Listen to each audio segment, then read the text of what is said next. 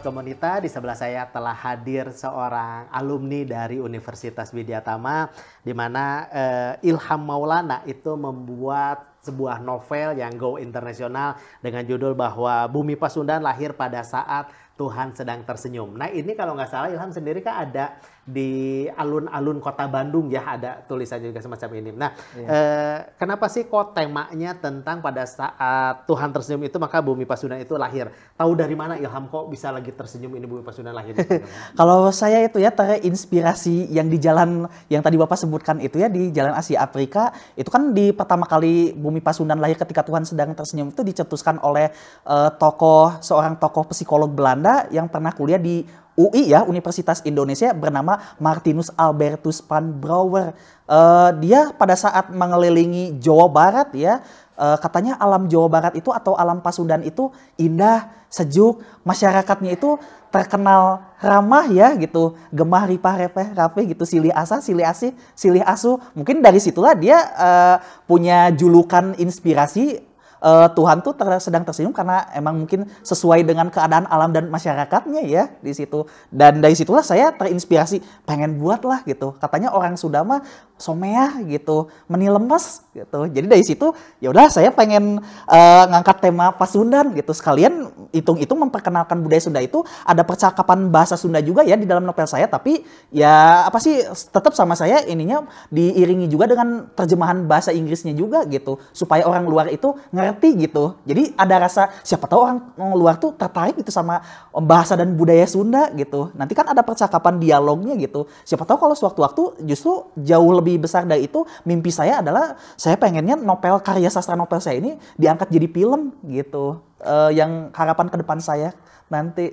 Oke, berarti kan ngelihat karakter dari orang Sunda gitu kan, orang Jawa Barat gitu kan, itu mulai dari ramah apa, makanya mungkin pada saat Tuhan sedang tersenyum itu maka lahirlah Bumi Pasundan. Nah kalau ngelihat tadi kan dari kata Ilham sendiri ada beberapa orang luar negeri yang emang diwawancara untuk dari isi novel ini. Nah menurut mereka tentang Bumi Pasundan sendiri itu seperti apa sih yang Ilham tahu?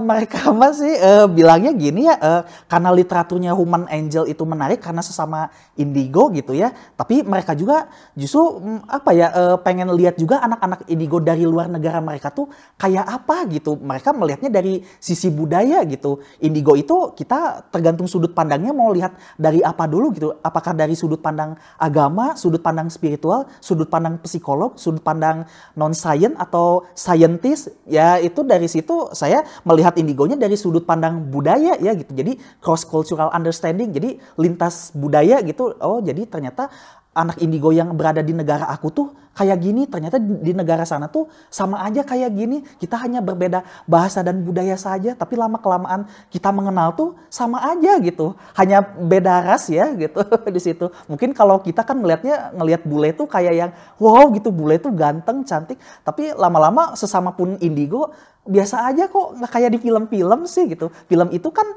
hanya merepresentasikan antara ini ya, daya kreasi imajinasi dengan fakta realita. Fakta realita itu kan bisa saja berbeda dengan apa yang di film gitu. Film itu kan hanya sekedar representasi ilustrasi saja gitu. Ini mungkin kalau kalian pengen lihat gitu, indigo tuh, sekolah anak indigo tuh kayak gimana, bisa tonton aja film Miss Peregrine's Home for Peculiar Children. Itu di situ kita bisa lihat anak indigo itu ada berbagai macam kemampuannya ya. Ada yang telekinetik, misalnya tutup pintu pakai kemampuan tenaga dalam gitu. Misalnya tutup pintu pakai kedua bola mata gitu, tanpa pergerakan tangan apapun gitu. Kemudian telepati yang tadi sudah saya sebutkan, membaca pikiran. Nah itu bisa kalian tonton di salah satunya film Miss Peregrine's Home ya. Atau enggak di film Sixth Sense, Indra keenam itu.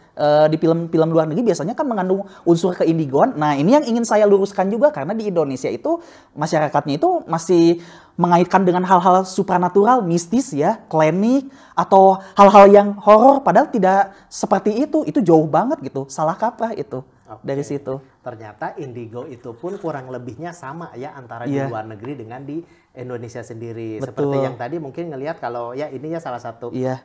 contoh yang diwawancara sama Iya. Ilham sendiri juga, berarti kita ngelihat mungkin kalau apa sih tadi sebutannya kalau orang yang bisa ngelihat tuh indigo astral mungkin ya. Betul, Jadi- kalau ngelihat hantu atau apa makhluk halus gitu yang serem-serem itu astral disebutnya, indigo astral itu. Tapi sama aja antara Iya. luar negeri dengan di Indonesia. Kalau di Indonesia mungkin Iya. ngelihat pocong, di sana ngelihat zombie mungkin. Iya gitu kan, betul. sama aja. Kok hantunya tuh beda gitu bentuknya, di sini kayak pocong, jelangkung. Kalau di sana kenapa hantu tuh ganteng pakai dasi gitu, kemeja rapi, kan budayanya berbeda gitu.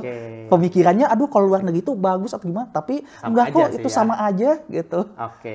Nah, terakhir dari Ilham, rencana kedepannya sih setelah membuat ini yang keduanya mungkin ya bisa dibilang yang kedua Iya. dari si novel series ini, rencana kedepannya apa sih Ilham? Saya sekarang lagi nulis novel edisi berikutnya ya. Ini kan seri ke-1, sekarang seri kedua dengan seri ketiga itu lagi dalam proses ya. Dan sekarang saya lagi nulis yang seri ke-4 gitu. Rencananya mungkin ini akan tamat sampai seri ke-7. Seri ke-7. Ya gitu, dibuat secara time series karena ini kalau dibuat secara kesatuan gitu akan tebal gitu. Perlu waktu yang lama, jadi saya pecah-pecah aja jadi time series gitu. Dan ini juga saya sedang menunggu ini ya, disorot oleh media asing internasional atas wawancara saya terhadap anak-anak indigo luar negeri termasuk diri saya sendiri gitu. Karena saya emang punya kelebihan dari sejak lahir gitu. Kalau saya. Oke. Nah, Sobat Komunita, jadi tetap meskipun jurusannya Ilham itu awalnya akuntansi gitu kan ya, tapi punya kemampuan untuk menulis novel. Mudah-mudahan nanti kedepannya bisa go internasional langsung ya untuk Ilham sendiri. Sukses buat Ilham. Terima kasih untuk kehadiran di sini. Untuk Sobat Komunita, tetap jangan kemana-mana. Nanti kita akan wawancara dengan narasumber lain yang jauh lebih menarik. Terima kasih. Sampai ketemu nanti di lain kesempatan.